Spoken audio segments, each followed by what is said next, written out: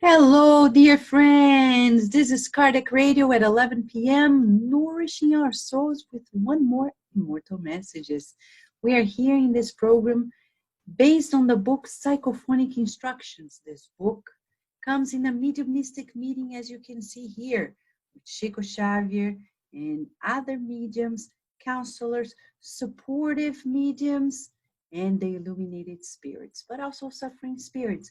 They came, they were rescued, and at the end of the meeting, they spoke through Chico Xavier. They were recorded later. Arnaldo Rocha, the director of the meeting, transcribed them and compiled in a book that was authorized by Emmanuel, and this book was published by the Brazilian Spiritist Federation. The picture you're seeing here is by Versátil Editora, a beautiful DVD that rescues all this original material. You can listen to the voice, and in this video you can see how the tone of voice changes. This book and DVD, these messages, immortal messages, they come to us to teach us about the law of action and reaction. That whatever we think, we feel, we do, when we say, is a seed that is going to grow. Second, we learn about how precious time is. We can't mess it up. Reincarnation is also very precious. So precious. And third, we learn about the sacredness of mediumship. Mediumship to rescue those who have no help whatsoever. The discarnate homeless, the discarnate who are suffering, wandering around without an end to their suffering. Yes, we need to instrument ourselves to march towards teaming up with the forces of Jesus and helping out. Today, a spirit named Maria da Glória. Yes, Mary of Glory. Can you imagine this beautiful name? Maria da Glória, Mary of Glory. A Brazilian lady who discarnated and now comes to share with us her deepest wounds. It's about her wounded conscience. We live many lives. We incarnate, reincarnate, acquire experiences, knowledge, but sometimes we choose things that are not healthy. Guilt. In the book Thought and Life by Emmanuel, chapter 21, we learn about guilt. And we learn that guilt is part of life, but we need to vaccinate ourselves. This message is kind of a vaccine because it's reminding us of our goals in life. You want to hear her story? I know you do. That's why you're here.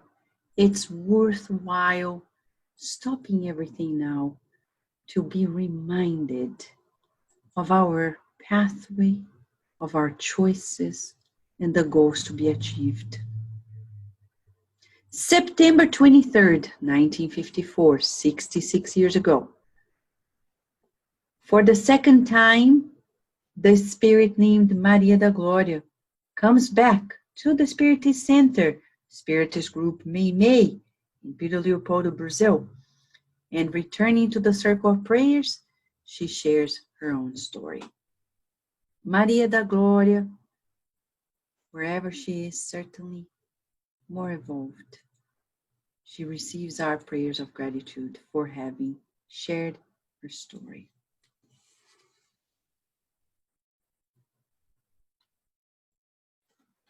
My friends, may God help us. After my visit, behold, I return to this Spiritist house, which has worked for me as a nest of aid and a court of law. You see, all these spirits, they keep reminding us of how precious these mediumistic meetings are. Some people think of mediumship as things that we're going to talk to the illuminated spirits, or it's like fortune telling. For us spiritists, it's about communing with the spiritual realm, but mostly to do the good. It couldn't be any different. To do the good, to bring consolation, to rescue them. We need to keep ourselves true to this invitation. I remember Mentor Joseph telling our group, read this book, study this book, and message after message we see the confirmation of how precious mediumistic meetings can be when they are harmonized. Being part of surgical group changes our lives. You'll become more selective, you'll be more vigilant, you'll be more compassionate. There's so many beautiful things that come out of it. She says, Maria da Gloria, suffering woman, I had wrapped around me as if I had been stifling grass on a wounded tree. The revolted spirit of my son, whose reincarnation I prevented in a process of abortion in which I lost my existence. Frivolous and deaf to duty, I made commitments to motherhood, disliking it. And because I hated the sprout that throbbed inside me, I tried to destroy it using a poisonous drink that also robbed me of my body. See, she committed an abortion. She didn't want that baby. And that baby was connected already with her before she was pregnant. And you may ask, how is this possible? Well, we have our connections before our children are born, they're around. And that's why many people don't want to be parents, because they feel the presence. They're like, oh my gosh, they feel the presence of these spirits and they are afraid. Or they want it because they feel excited. I know it's a friend or somebody whom I love so much. And they are close by. In her case, you understand more how close they were, but she denied it. Many people give excuses to abortion, saying, oh, I can't have a baby because I'm poor, oh, because of my job, because of my partner. Deep inside, you only kill when you don't love. And I'm sorry, but I will repeat. We only kill when we don't love that person. You're not going to kill somebody whom you love. I know it's painful to hear this, but it's reality. It's our refusal to love that gives us this impulse, fuel to the impulse of death.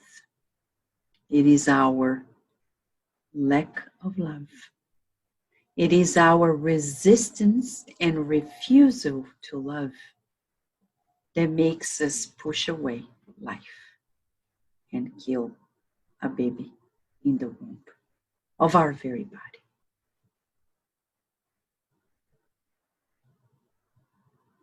The consequences are dramatic. In Maria da Gloria's case, she discarnated. By drinking poison, she herself got to be killed. And she describes her drama. She said that at first, she says, if death was supposed to be an end to my inner tragedy, I was mistaken. Because I woke up to a pool of blood And then I saw this incessant cry of a newborn child. I tried to silence the distress and I prayed in vain and using prayers that I memorized from childhood, and she lived this nightmare in the afterlife. And when she was aware, it was as if it was behind her, the voice of a man saying, "You are a murderer. You are denatured.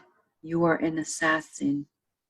I longed after death, the coming of another death that would sink me into oblivion. I felt thirsty and I leaned on that bloody puddle. I was tortured with hunger. I threw myself on dead animals in the field. And if people just knew, she says, the blessings of being incarnated. Now the torment of my conscience. My existence became a constant torment, terrible, unspeakable. Nevertheless, the night came and friendly hands separated me from the aggressive shadow that bounded me in agony. I felt relief. I begged for enlightenment. I knew my guilt. I immediately received the answer. One of your friends subjected me to a long magnetic intervention. So during the mediumistic meeting, she received an intervention in which it opens a screen and she starts seeing, for educational purposes, she says, a screen from previous life when she was a girl in Rio de Janeiro and she worked for noble people in the times of the Brazilian Empire, like we call there was the prince and the princess, etc. She was a pale girl and she was next. She would be working for Mariana Carlota, the Countess of Belmonte, at the time of Emperor Dom Pedro II. She was a child. She was a servant of a princess, but then the princess died. And Maria da Gloria, in that reincarnation, was a 13-year-old girl. She became a servant in a royal house. And she got married later to a craftsman. Michael was her husband's name. She had 2 daughters, but she felt the temptation for carnal pleasures that fascinated her inferior spirit. She accepted the proposal of that man, and she went on partying. It was a special party to receive the Empress of Brazil.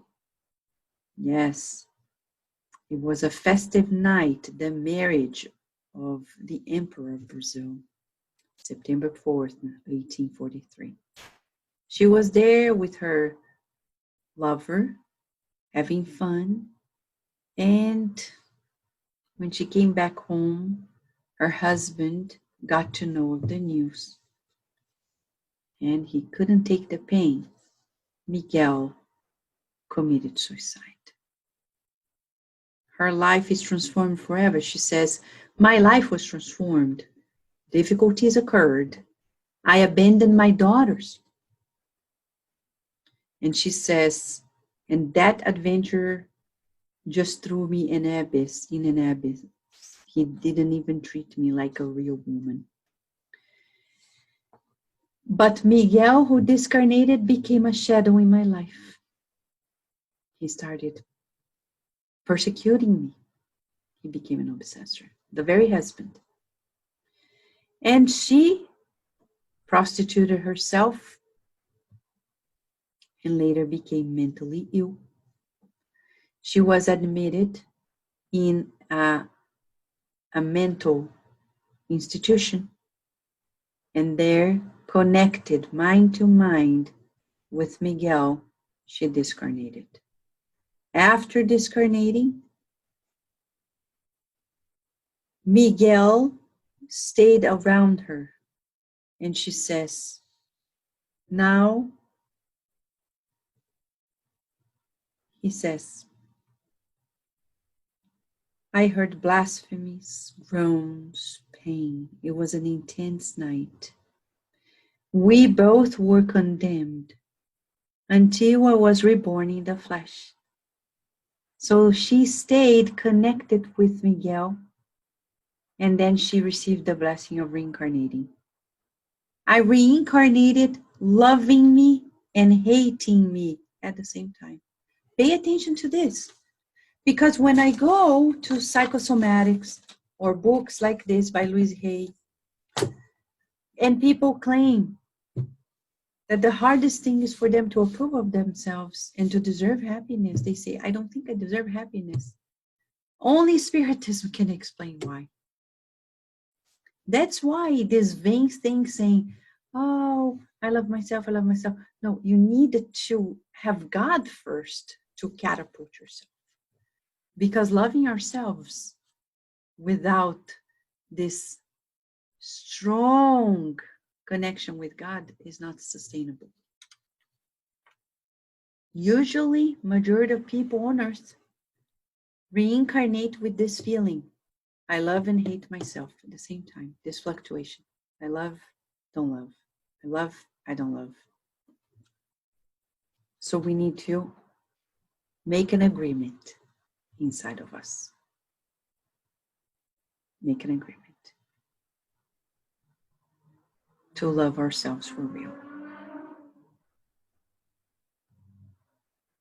But what is to love ourselves for real? It is about finding the path of the good and staying there. Think, I'm going to speak.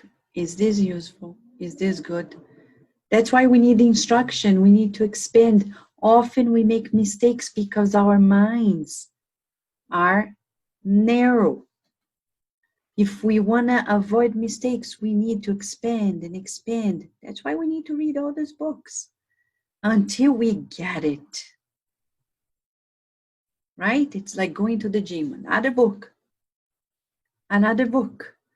And then we're stretching and moving and stretching and moving. Then the muscle, ooh, beautiful muscle, right? Strong, healthy in the heart, in the mind. Usually, like Maria da Glória, loving and hating ourselves. She says, Miguel, try to be my son. And I ruined his intentions, refusing the unhappy motherhood, and thus returning both to the darkness from which we came. So you see, in two lives, one, she was married, she betrayed. He committed suicide. She discarnated in this obsession.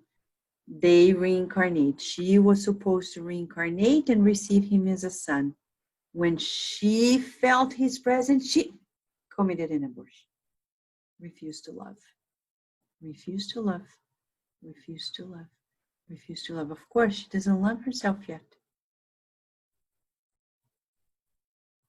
She's still punishing herself and punishing others, creating more karma.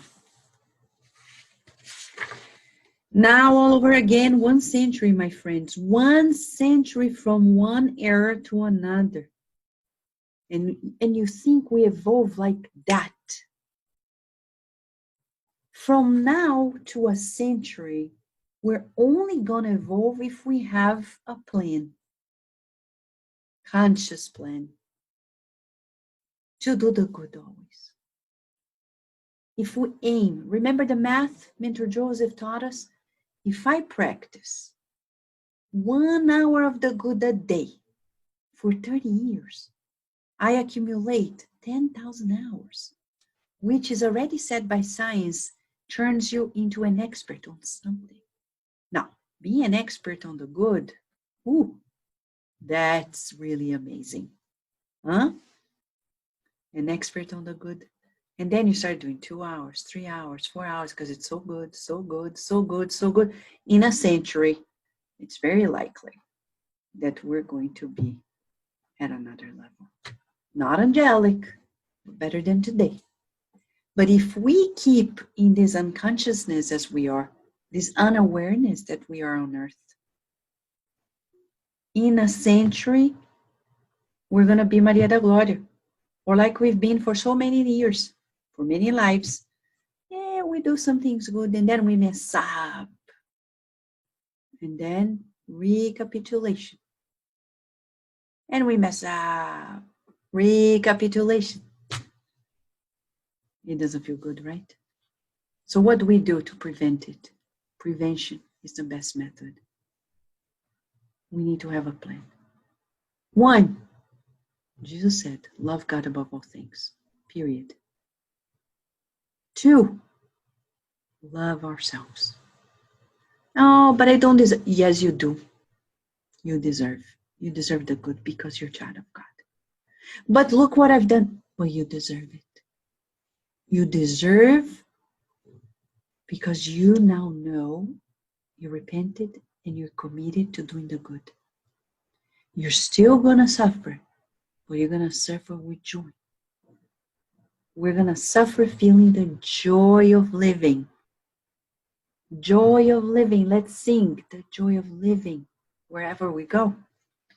Look at the torment of the woman who in 100 years did nothing but go through invigilance. That's what we're saying. It's complete unawareness. People commit abortion because they don't know it. They don't know. If you committed abortion, don't despair. Hey, begin anew. If we haven't done in this life, we certainly have done in previous lives. We need to begin anew. God is sustaining your life. He's saying, come on, I believe in you. I'm sponsoring you. God is saying, I love you. I'm sponsoring you. Breathe. He's saying, breathe, begin anew. Breathe, begin anew. Breathe, begin anew. And what are we doing? No, I don't want to breathe. I want to die. And he's saying, what? Come on. Good girl, good boy.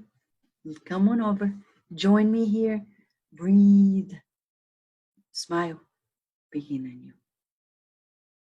All the time, every day, because from now to our angelic days, we're going to make mistakes.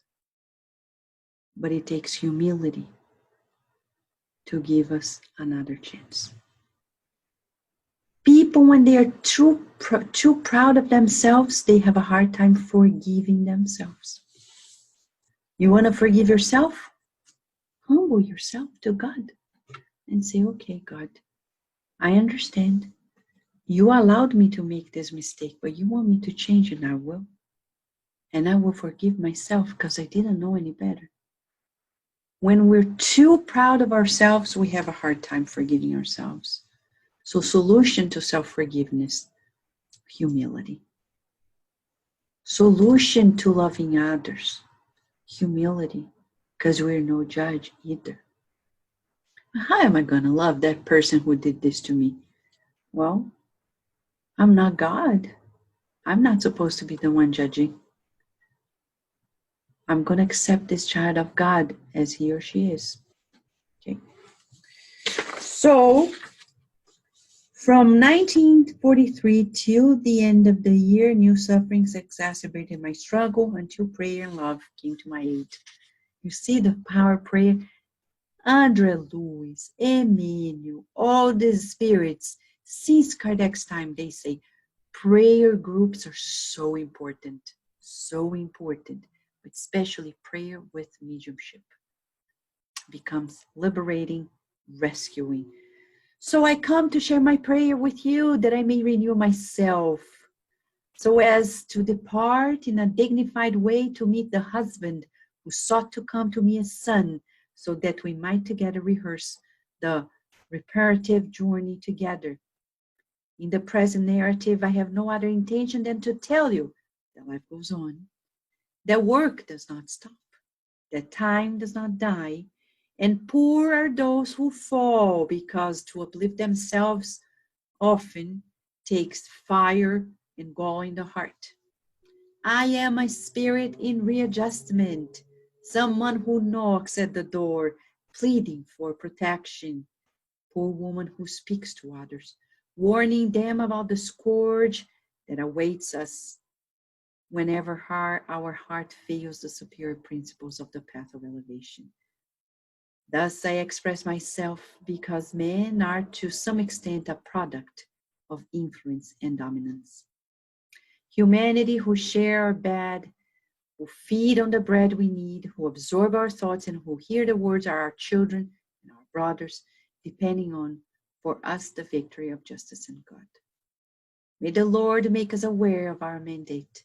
May the companions in attendance help me with their prayers, taking advantage of the distressing experience of the miserable sister who, having lost herself for so long, still has not been able to recover. May God enlighten us. Maria da Gloria, Mary of Glory. How beautiful, how beautiful. And we thank her, wherever she is, for sharing this. Because today we're learning that we need to resolve this conflict inside of us. Yes, we come from many lives of making mistakes and of making things right. We're evolving. But we need to defragment ourselves. Be less conflicted. How so? God, I know I am your child, and I surrender to you. I love myself, and I deserve to be happy. Repeat it. God, I know you love me, and I am your child. I accept to be happy. I accept to love myself. Today, yesterday, and always. And to redeem myself before everybody whom I've hurt. Is it easy? No, but with God, it's super easy. With God, everything becomes easy. Because God has anesthetics for us. Yes. Yes. I know people who go through the toughest conditions. Mothers of children who have degenerative disorders. And they love their children to death. For us, it's like, oh my gosh. For them, it's like, I love this child so much. Because when we embrace our commitments of love, God brings help. The guardian angels who are going to bathe us in joy. And we are going to see life in a completely different way. When we feel God, we can face ourselves and others in a new understanding. No longer we want this conflict of loving and hating ourselves. Self-punishment.